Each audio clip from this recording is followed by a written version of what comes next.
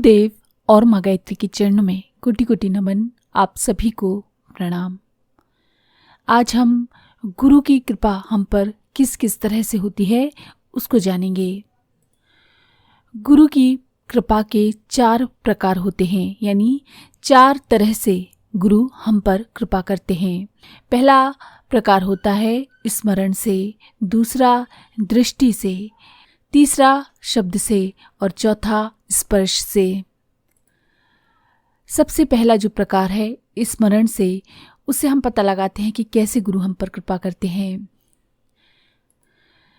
जैसे कछवी होती है, वो रेत के भीतर अंडा देती है, पर क्या आप जानते हैं कि खुद पानी के भीतर रहती हुई उस अंडे को वो याद करती रहती है, तो उसके स्मरण से अंडा पक जाता है।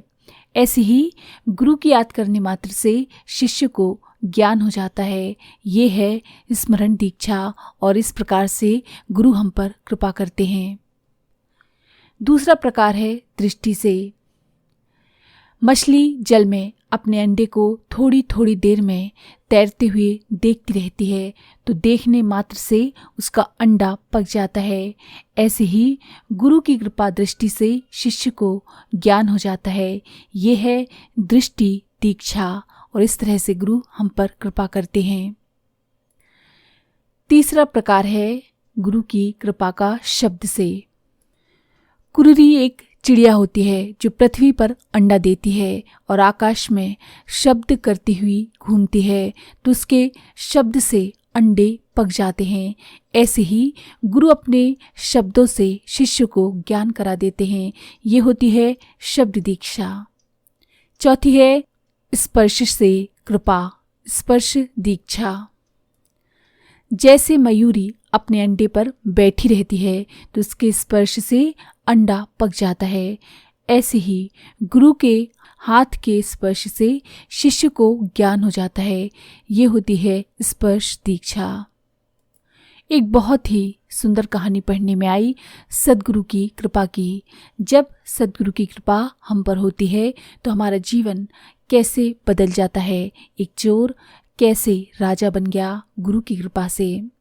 जब हम गुरु की बात मानते हैं, उनके कहे अनुसार चलते हैं, तब क्या होता है।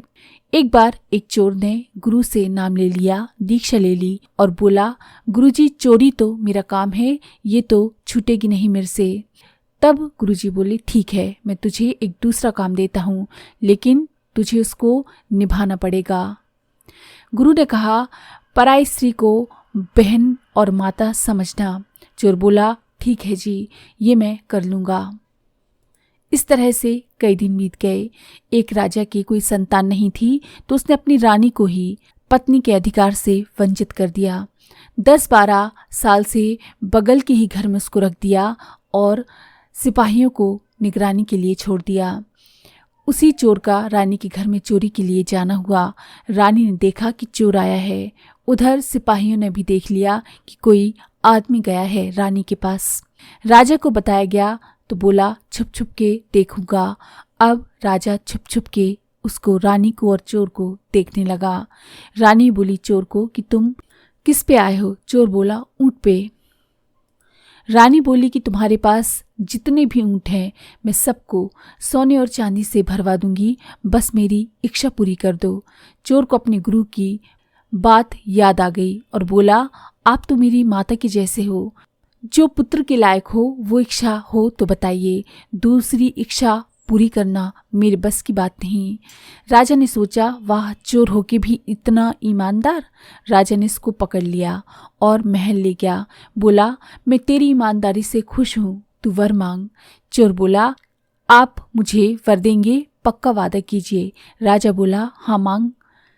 चोर बोला, मेरी माँ को, जिसको आपने दुहागण बना दिया है, यानी अपने से दूर कर दिया है, रानी के अधिकार से वंचित कर दिया है, उसे फिर से सुहागन बना दीजिए।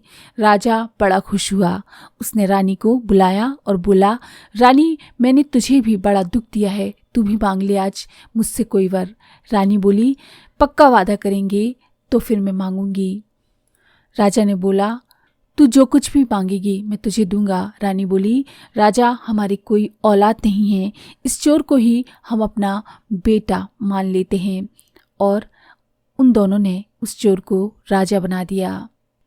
गुरु के वचन की पालना से एक चोर को भी राज मिल गया, एक चोर भी राजा बन गया। अगर हमारा विश्वास है तो दुनिया की कोई ताकत नहीं जो हमें डिगा दे। सद्गुरु के वचनों के अनुसार आप सभी चलते रहें और फिर उनकी कृपा को महसूस करें। तो अगर आपको ये जानकारी पसंद आई हो तो प्लीज़ लाइक करें, शेयर करें, सब्सक्राइब करें और बेल के आइकन पर क्लिक करके ऑल पर क्लिक करना ना भूलें। धन्यवाद।